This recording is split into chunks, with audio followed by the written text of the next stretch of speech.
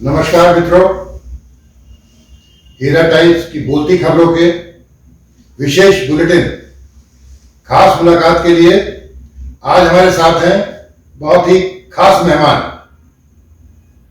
मेरठ क्या पूरे उत्तर प्रदेश में उनका परिचय किसी को देने की जरूरत नहीं है, लेकिन मैं चाहूंगा कि श्रोता आज स्वयं उनसे उनके मुंह से जानेंगे कि उनका परिचय क्या है।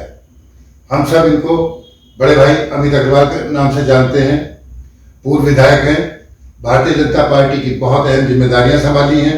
यहां तक कि हेमा मालिनी जी का जब पहला चुनाव मथुरा में था तो उसकी जीत के लिए जी तोड़ मेहनत करने वाला यही शख्स था जो आपके और हमारे बीच है। मैं स्वागत करता हूं अमित जी का। और अमित जी, आपसे रिक्वेस्ट, हमारे श्रोताओं को अपना संक्षिप्त परिचय, राजनीतिक परिचय दे। मैं अमित अग्रवाल 2 बार उत्तर प्रदेश विधानसभा में सदस्य रहा, विधायक रहा मेरठ कैंट से। 1993 और 1996 के 2 चुनाव मैंने लड़े। उससे पहले बचपन से राष्ट्रीय स्वयंसेवक संघ का स्वयंसेवक 1962 से 8 साल की आयु से, 8 वर्ष की आयु से जनसंघ का कार्यकर्ता।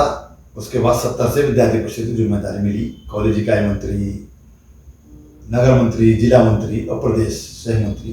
तो उत्तर प्रदेश संयुक्त हुआ करता था, उत्तरांचल भी अलग नहीं हुआ था। और अब विद्यार्थी परिषद का काम 6 क्षेत्रों में बांटकर होता है, तब एक ही उत्तर प्रदेश के नाम से काम होता था। उसके बाद इमरजेंसी लगी, आपातकाल हुआ, उसमें कारावास DIR में बंद रहा। वीसा भी लागू हुआ, जिला बदल भी उस वक्त की कांग्रेस सरकार ने किया। सब झंझावतों से निपटते हुए और राजनीतिक सफर शुरू हुआ जो बचपन से, वो इस मुकाम पे पहुंचा कि 1990 में मैं पार्टी का महामंत्री बना, जिला महामंत्री मेरठ महानगर। और 93 में पार्टी ने विधायक का टिकट दिया, तो 2 बार, और एक बार 38,000 से और दूसरी बार 42,000 से 2002 तक मैं विधायक रहा। वर्तमान में मेरे पास स्थानीय निकाय यानी कि शहरी निकाय प्रकोष्ठ, नगर निगम, नगर पंचायत, नगर पालिका जो होती हैं, उसका जो पार्टी का काम है वो काम मैं देख रहा हूँ। और प्रदेश कार्यकारिणी का सदस्य भी हूँ। पार्टी जहाँ भी जिम्मेदारी दी थी, जैसे भाई पुष्पेंद्र जी ने कहा कि हेमा मालिनी जी का चुनाव लड़ाने गया था मैं, तो भाई साहब आगरा में थे, तो अनेकों जगह मेरे को पार्टी ने भेजा। जहाँ मथुरा भेजा, वहाँ विंध्यवासिनी माँ के मिर्जापुर में भी चुनाव लड़ा के मैं आया, वो भी विजय प्राप्त की। दिल्ली में 8 सीटें जीते पार्टी, दिल्ली विधानसभा की, उसमें से 2 तो रिपीट हुई थी, 6 नई सीटें जीती थी। उसमें से एक रोहतास नगर विधानसभा का भी उसको सौभाग्य मिला कि वो मैं चुनाव प्रभारी था, तो उस सीट भी हमने जीती। तो ऐसे अनेकों जगह जहाँ पार्टी भेजती है वहाँ जाकर काम करते हैं। और वर्तमान में सहारनपुर नगर विधानसभा की जिम्मेदारी है मेरे पास प्रभारी की, उसको आपको मैं देख रहा हूँ। माँ शकुंतरी के आशीर्वाद से मैंने उस दिन कार्य प्रारंभ किया था 27 अगस्त से, वो चल रहा है। अमित जी, आपने इतना बड़ा सफर और बहुत कम शब्दों में आपने बयान कर दिया। सुनने में तो ये बड़ा आसान लगता है, पर ये जरूरी है कि इसके पीछे एक बहुत बड़ी संघर्ष की कहानी रही होगी। उतार चढ़ाव भी आए होंगे, अच्छे बुरे दिनों का सामना भी करना पड़ा होगा। एक सवाल जो हमारे श्रोता और दर्शकों को जब पता चला कि आप हमारे यहाँ आ रहे हैं, तो उनके मन में आया और उन्होंने मुझसे कहा कि ये सवाल अमित जी से जरूर पूछेगा। उनका सवाल ये था कि क्या जो आपने कहा सेवा करी और सब किया, राजनीति का बताया, तो उनका एक सवाल ये था कि क्या सेवा करने के लिए सत्ता में रहना जरूरी है क्या, या सत्ता के बिना भी सेवा की जा सकती है? देखिए पुष्पेंद्र जी, सत्ता में भाजपा कब आई? पहली बार 1967 में आई, संघीय सरकार में थी, 1.5 साल सरकार चली, उसके बाद सरकार भंग हो गई। नई नई अलग अलग पार्टी थी, अलग अलग विचारधाराएं थी, नहीं चल पाए साथ। फिर 1977 में सरकार बनी, वो हुई सब 1.25 साल चली। उसके बाद तुम सत्ता में 92 में आए, कल्याण सिंह जी सरकार बनी। तो अगर 52 से 92 तक का सफर देखेंगे तो भाजपा ने तो सत्ता नहीं होगी। और हम तो 67 तक झाड़ू बंदे की पार्टी कहा जाता था हमको। नगर पालिकाओं में और नगर निगम में भाजपा जीतती थी। दिल्ली में भी 67 तक हम प्रदेश सरकार में शामिल नहीं हुए, तो नगर निगम में काम करने वाला, नगर पालिका में काम करने वाला सेवा की तो काम कर रहा है, साफ सफाई और बिजली, स्ट्रीट लाइट। आपका निजी तौर पे इसमें मैं चाहूंगा पार्टी के अलावा कि निजी तौर पे आपको क्या लगता है कि वाकई कुछ काम ऐसे हैं जो सत्ता में रहकर हो पाते हैं? नहीं, ऐसा है कि ये तो राजनीतिक पार्टी जो है वो तो आवश्यक इसलिए है, और इसलिए गठन भी हुआ भाजपा का कि सत्ता के माध्यम से एक जगह हम पहुंच सकते हैं जहां संवैधानिक व्यवस्थाएं हैं, उनके द्वारा ही उन नीतियों को आप लागू कर सकते हैं। तो जो संघ की नीति थी, जो संघ की स्थापना 1925 में हुई थी, आज 90 साल बाद हम लोग उसको सत्ता में आने के बाद प्रतिपादित कर सके। 2014 में हम आए ना केंद्र में पहली बार पूर्ण बहुमत के साथ, और जिस तरीके से उन्होंने काम किया है मोदी जी ने, और संघ की नीतियों को, संघ की नीतियां जैसे दीनदयाल जी ने संदेश दिया था, अंत्योदय, अंतिम पंक्ति में खड़ा हुआ व्यक्ति, अंतिम व्यक्ति जो है उस तक हमको पहुंचना है। तो वो क्या भाव है? वो सेवा की तो भाव है ना। बहुत अच्छे। एकात्म मानववाद। एकात्म मानववाद क्या है? एक व्यक्ति के बारे में सोचे हम। तो अभी देखिए, अभी जो कार्यक्रम शुरू हुआ है हमारी पार्टी में, सेवा ही संगठन। तो हम संगठन शुरू से कहते हैं, सब लोग कहते हैं बीजेपी पार्टी विद डिफरेंस। तो बीजेपी पार्टी डिफरेंस का मतलब क्या है? केवल राजनीतिक साधना हमारी साधना नहीं है। राजनीति के माध्यम से हमको जनता की सेवा करनी है, तो हम कर रहे हैं। अभी कोविड आया, कोविड में देखिए हमने कौन सी राजनीति की? कोविड के अंदर तो पूरी पार्टी लगी, पूरे संघ, पूरी भाजपा, सब पॉलिटिकल लोग, सबने सहायता की, जिसपे जितना था दिल खोल के उसने दान दिया, राशन बांटा, लोगों को दवाइयाँ बांटी, लोगों को ऑक्सीजन हमने बांटी। वो सब काम हमने किस भाव से किया? हमको जो संघ में सिखाया गया, समता का भाव, समरसता का भाव और सेवा का भाव, इस नाते हम लोगों ने काम किया। राजनीति तो उन दिनों चल नहीं रही थी, राजनीति तो चुनाव आएगा तो चलेगी। बहुत अच्छे अमित जी, आपने बहुत अच्छे से और थोड़ा राजनीतिक, थोड़ा कूटनीतिक जवाब दिया। मैं आपसे ये जानना चाहूँगा कि जो अभी आपने कोरोना के लिए कहा और उसे अपनी उपलब्धि की तरह से आपने पेश किया, इसमें कोई दो राय नहीं कि वो एक भारी संकट का समय था, और प्रदेश सरकार हो या देश की सरकार हो या कहीं भी हो, विश्व में भी देखा गया कि इतने संसाधन नहीं थे कि उसका उस तरह से मुकाबला किया जा सकता। पर इससे इनकार भी नहीं किया जा सकता कि जो सेकंड वेव में हुआ उससे बेहतर किया जा सकता था। हालांकि बाद में ऑक्सीजन का और दूसरी चीज़ों की व्यवस्था की गई, पर कहीं पर पर्दा जरूर डाला गया कि साहब मौतों के आंकड़े को भी छुपाने की कोशिश की गई। हालांकि बाद में सरकार ने, योगी सरकार ने भी, आपकी सरकार ने इसमें प्रयास किए और उस आंकड़े को दुरुस्त किया और उन शिक्षकों को मुआवजा भी दिया। पर आपको कहीं ना कहीं उस कोरोना के जो जख्म है उस समय के, कहीं वो आगे आने वाले चुनाव में दुखी तो नहीं करेंगे? नहीं, देखिए ऐसा होता है, जैसे कि सुना है हमने भी और आप भी जानते हैं, आवश्यकता आविष्कार की जननी है जी। इसीलिए सोचा था क्या कि ऐसा काल आएगा। 1917-18 में महामारी आई थी ना, आपको याद है ना मुझको याद है, हमारे बड़ों ने देखी होगी। लेकिन उस वक्त कितने लोग मरे, लोगों ने सुना, हमने सुना गांव के गांव खाली हो गए। एक गांव का बताता हूं मैं आपको, अब्दुल्लापुर से आगे चलिए, सीधे हाथ पर एक गांव है राली चौहान। वो पुराना गांव, राली रसना, हाँ राली रसना, उसमें पुराना गांव एक बताते हैं गांव था जी, किसी समय में था, तो वो गांव उजड़ गया। हमने सुना था कि एक शव का संस्कार करके आते थे और दूसरे पर वो ले जाते थे। इतनी भयावह स्थिति थी कि परिवार के परिवार खत्म हो गए थे। तो ये किसी ने कल्पना नहीं की थी कि इतनी बड़ी विपदा आएगी। हमने अपने सीमित संसाधनों में भारत में जो निर्माण किया, वो हमने कोरियन की गोली बचपन में खाई थी मलेरिया में, बहुत सस्ती गोली होती थी और नीम जैसी कड़वी, यानी कि नीम से ही बनती था। तो हमारी उस गोली को अमेरिका जैसे देश ने भी हाथ फैलाकर मांगा। बहुत बढ़िया, इतना बड़ा अचीवमेंट हमारा है। बहुत अच्छी बात कही अमित जी। इतना बड़ा अचीवमेंट हमारा। लेकिन अभी भी अगर आप देखेंगे, और हम आपसे, बल्कि हमारे श्रोताओं के सवाल भी थे कि जो स्वास्थ्य सेवाओं में सुधार हुआ है, या मेडिकल कॉलेज भी खुले हैं और कॉलेजों का भी उद्घाटन भी हुआ, पर जो ग्रामीण क्षेत्र है, जैसे आपने अभी बताया कि गांव में एक शव को दफना के आ रहे थे और दूसरे को कर रहे थे 1917 में, हाँ तब कर रहे थे। इस बार भी कई गांव ऐसे थे जहां पर इस तरह की स्थिति उत्पन्न हुई और वो ना अखबारों में छपी, ना मेन स्ट्रीम मीडिया में आई और ग्रामीणों ने उसे स्वीकार भी किया। तो मेरा ये जो सवाल है वो ये है कि ग्रामीण क्षेत्रों में ऐसी व्यवस्था हम कैसे और कब दे पाएंगे? क्या इसके लिए आपने कभी मुख्यमंत्री से बात की है? देखिए, हम लोग एक बात कहते हैं जी, पूरे हिंदुस्तान का जनसंघी भाजपाई जो सोचता है एक कार्यकर्ता, वो सब सोचते हैं वैसा। पता नहीं अचानक क्या बात होती है कि सबके मन में एक ही बात आती है। मैं विधायक रहा हूँ 2 बार, मैंने बहुत नज़दीक से देखा है। प्राथमिक स्वास्थ्य केंद्र जिनको PHC बोलते हैं, CHC बोलते हैं, उनमें डॉक्टर जाते नहीं थे, वो बंद पड़ी रहती थी, उनमें आवास भी बने थे, वहाँ कोई रहता नहीं था। और आज स्वतः ही मुख्यमंत्री जी ने संज्ञान लेकर उन सब PHCs की व्यवस्था को ठीक किया, सबको दुरुस्त किया, रंगाई पुताई हुई, उनके अंदर उपकरण लगे और हमारे एक पदाधिकारी को, जनप्रतिनिधि को एक PHC का प्रभारी, इस नाते प्रभारी नहीं, संरक्षक, गार्जियन गोद ले लिया उसने उसको, वो उन्हें जिम्मेदारी दी है। अभी आप देखिए ये जो सिविल लाइन, पुलिस लाइन में है, आज वहाँ AC भी लग गए PHC के अंदर, पहले तो कभी झाड़ू भी नहीं लगती थी। तो ग्रामीण व्यवस्था में हम बदलाव कर रहे हैं, हर जिले में मेडिकल कॉलेज खोल रहे हैं। आज उत्तर प्रदेश में 63 मेडिकल कॉलेज हो गए, बहुत बढ़िया PP मॉडल में, बहुत अच्छी बात है। अभी मोदी जी ने उद्घाटन किया और जो पुलिस लाइन का एग्जाम्पल दिया, हम खुद उसके साक्षी हैं।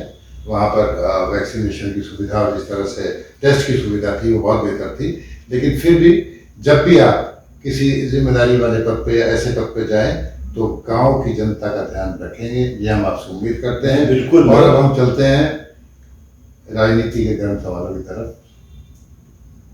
सवाल ये है कि किसान आंदोलन, जिसको लोग अलग अलग नाम से परिभाषित करते हैं, उसी के दौरान लखीमपुर में एक घटना का हो जाना और उसी के चलते एक जो अपना पश्चिमी उत्तर प्रदेश है उसमें जो आपका खासा वोट बैंक था, जिसे हम एक विशेष बिरादरी, जाट बिरादरी कहते हैं, जाटों ने बीजेपी को खुलकर वोट दिया था। लेकिन इस बार इस किसान आंदोलन के प्रति जो उनका लगाव है और जो सारी खाप पंचायत हैं उसमें जुड़ी हैं, और राकेश टिकैत जो मुजफ्फरनगर के रहने वाले हैं, जगह जगह जा रहे हैं जी, उसको लेके जो चुनौती भारतीय जनता पार्टी के सामने खड़ी हो रही है, आपको नहीं लगता कि उससे भारी नुकसान कम से कम पश्चिमी उत्तर प्रदेश में पार्टी को होने जा रहा है? चुनाव नजदीक।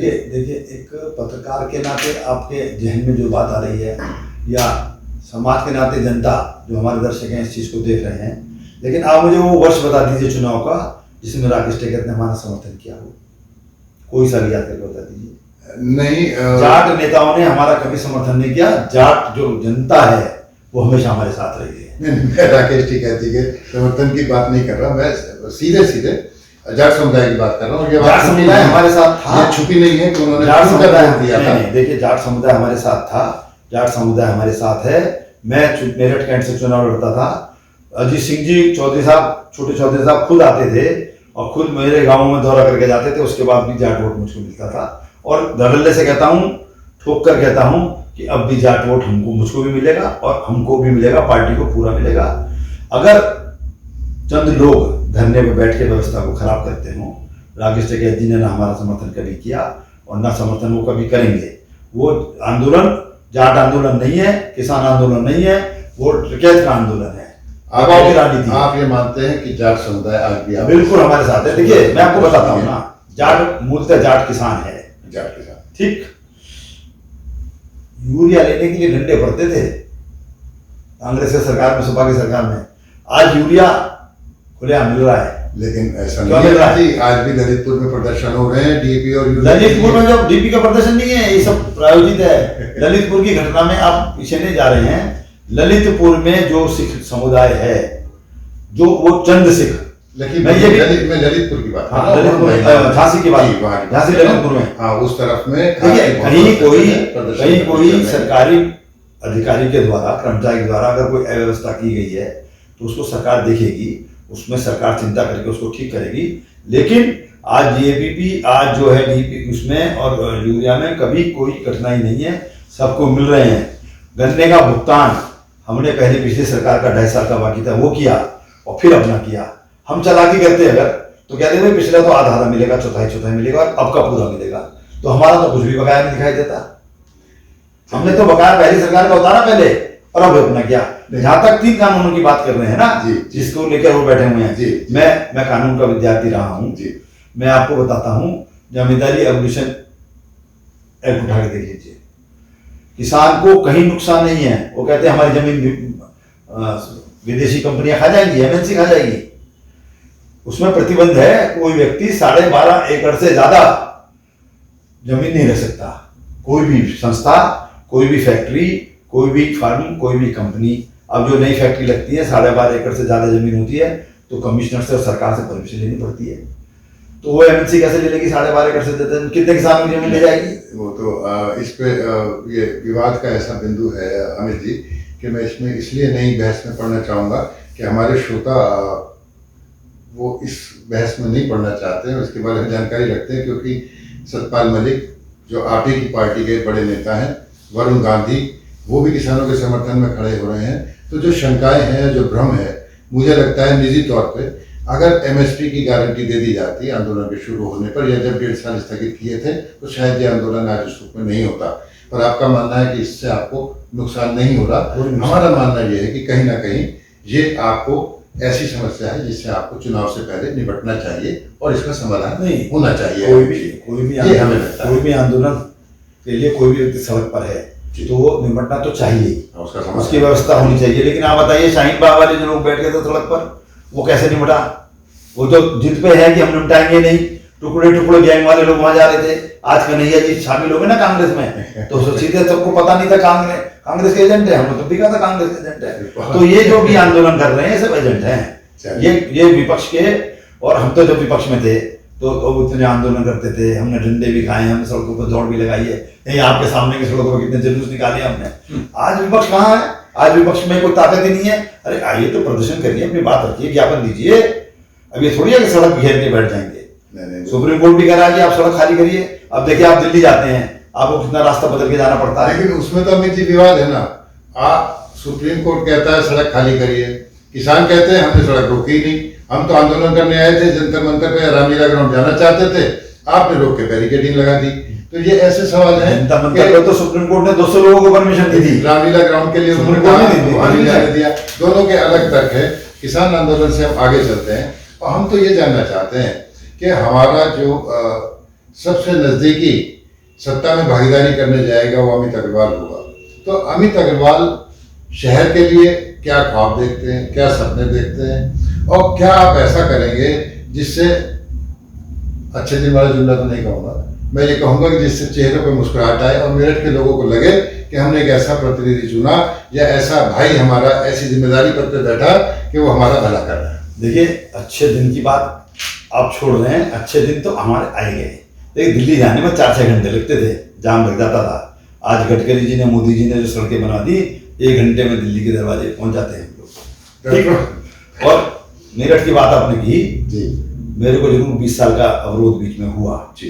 ये मौका अगर मुझे मिला दोबारा सेवा करने का, राजनीति के माध्यम से, सेवा तो जनता की किसी न किसी रूप में करते ही हैं, लेकिन अगर ये राजनीति के माध्यम से मिला तो आज मुझे दिखाई दे रहा है कि जो बातें मैंने मेरठ के विकास के लिए उठाई थी उस वक्त, मैंने काफी उसमें से पूरी की थी। 100 किलोमीटर नई सड़कें, मतलब लेपन नहीं, जहां आवागमन की सुविधा ही नहीं थी सड़क की, वो मैंने अपने कार्यकाल में बनाई थी। और आज आंदोलन चल रहा है बागपत रोड से रेलवे रोड को जोड़ने का, लिंक बात का चल रहा है। ये आपको याद हो, तब भी आप पत्रकारिता करते थे और मैं राजनीति करता था, तो वो मेरा उठाया हुआ मुद्दा है, मेरा उठाया हुआ प्रयास है। आज मुझे फलीभूत होता हुआ दिखाई दे रहा है। दूसरा, भैसाली ग्राउंड से बच्चा पार्क तक नाले को एलिवेटेड रोड, वो भी आपने खूब हिंदुस्तान टाइम्स में छापा है मेरा प्रोजेक्ट। वो भी आज मैंने सरकार बनते ही मैंने केशव मोदी जी को वो लिखा है पत्र, उसको भी मैं देख रहा हूँ कि वो फलीभूत हो रहा है। लेकिन 20 साल का समय लग गया, 20 साल का समय लग गया। मुझे ये मौका मिला होता 20 साल, तो निश्चित रूप से मेरठ नोएडा और गुड़गांव की तर्ज पर होता। ये दुख जरूर है कि हम इसको नहीं कर पाए, लेकिन अब हमारी सरकार है, उन्हें हमारी सरकार बनेगी तो निश्चित रूप से मैं मेरठ को अग्रणी स्थान पर नोएडा और गुड़गांव जैसे प्रगति कर रहे हैं, उस प्रगति पर निश्चित रूप से पहुंचेंगे। बहुत बहुत अच्छी बात आपने कही। कम से कम जब हम सकारात्मक सोचते हैं, अच्छा सोचते हैं, तो 100% ना हो कुछ हो, उस राह पर निकल पड़ते हैं तो सफलता मिलती है। एक अच्छी बात मेरठ के साथ भगवान हमारे इस शहर को नज़र न लगाए, जो सांप्रदायिक दंगों के लिए कभी बदनाम होता था। इतने समय से ऐसी कोई घटना नहीं हुई है जिससे कि मेरठ का नाम देश में या विश्व में बदनाम होने लगे। लेकिन फिर भी ऐसे बहुत से अभी मोहल्ले, ऐसी बहुत सी अभी आबादी है जहाँ पर जो भी आपने कहा कि सड़कें बनाई और सारा विकास किया, ये भी सही है कि आप एक निश्चित क्षेत्र के प्रतिनिधि थे, कैंट को आप देखते थे तो ये हुआ। लेकिन जो सामूहिक जिम्मेदारी हमारी है वो है कि पूरा शहर एक साथ। मैंने वो भी पूरी की। देखिए, मैंने प्रतापपुर का फ्लाईओवर बनवाया, उससे रास्ता मेरठ कैंट को तो आता होगा, लेकिन दक्षिण और नगर भी उससे पोषित हुआ। मैंने रुड़की रोड पे जो फ्लाईओवर संपत्ति वाला बना, उसमें भी मैंने बहुत भाग दौड़ की और अनेकों पुल बनवाए। उसमें मैंने कहीं ये ध्यान नहीं रखा। अभी बिजली खंभा वाली रोड बनी, गगौल रोड वाली रोड को मैंने उस पर खुलवाया, हापुड़ रोड पर जी। तो वो सब काम मेरे क्षेत्र से बाहर के थे, लेकिन वो शहर की सुगमता के लिए थे। अभी मैंने एक प्रोजेक्ट दे रखा है, बाईपास से अबू नाला आता है, अबू नाले से के ऊपर फ्लाई रोड, पूरा एलिवेटेड रोड पूरा। ये नहीं, ये आप नहीं हाँ, ये मेरा प्रोजेक्ट है, मेरा काम चल रहा है उस पर, इस प्रस्ताव और ये जाके उतरेगा जागृति विहार में। बहुत बढ़िया। और 1.5 किलोमीटर लेफ्ट जाओ, 1.5 किलोमीटर राइट जाओ तो हापुड़ रोड और रोड से जुड़ जाओ। तो शहर का सारा ट्रैफिक बैकबोन हो जाएगा। तो बिल्कुल 5 नेशनल हाईवेज, 5 नेशनल। मेरी चिंता का विषय जो है, अभी योजना आई है कि बेगम पुल से एल ब्लॉक तक दुकानें टूटेंगी, मकान टूटेंगे, चिन्हित हो गए हैं वो, उनमें नोटिस दिए जा रहे हैं। तो शहर में कितने लोगों का रोजगार खत्म हो जाएगा, शहर में कितने लोग परेशान होंगे। तो मैंने कहा है कि इसको पुरानी रोड को छोड़ दीजिए, एक नई रोड आप बनाइए। कमिश्नर साहब से मौखिक रूप से क्या है, मैंने केशव मौर्य जी को लिख के दे रखा है, मैं उनके पास भी उसकी कॉपी भेजने वाला हूँ। ये 16 किलोमीटर का मार्ग एलिवेटेड बन जाएगा, भूमि में एक पैसा नहीं लगना, केवल निर्माण में पैसा लगेगा और सारा शहर ट्रैफिक की परेशानी से बच जाएगा। मैं अपने श्रोताओं को बता दूं कि अमित जी एक डेवलपर भी हैं, इसलिए इनकी सोच में वो नज़रिया वो दिखाई देता है जो आमतौर पे राजनेताओं के पास वो सोच है, वो दृष्टि नहीं होती। अब समय आ गया है कि हम अमित जी से विदाई देंगे, लेकिन उससे पहले अमित जी का मैं हीरा टाइम्स परिवार की ओर से आभार व्यक्त करता हूँ। लेकिन एक चीज़ चाहूँगा कि वो हमारे श्रोताओं के लिए एक लाइन में एक कोई संदेश देना चाहें। ये दीपावली आ रही है और दीपावली में मैं तो प्रभु से कामना करूँगा कि दीपावली में प्रज्वलित होने वाले हर दीप और उसकी हर किरण आपके लिए सुख, शांति और समृद्धि का संदेश लेकर आए। आपके घर में सुख समृद्धि का प्रकाश हो। सर्वे भवन्तु सुखिनः, सर्वे सन्तु निरामया, सर्वे भद्राणि पश्यन्तु मा कश्चित् दुःखं। आप सुखी रहें, आप निरोगी हों और आपके घर में प्रसन्नता हो, ये प्रभु से कामना करूँगा। जय हिंद, जय भारत, जय श्री राम। बहुत धन्यवाद, बहुत धन्यवाद।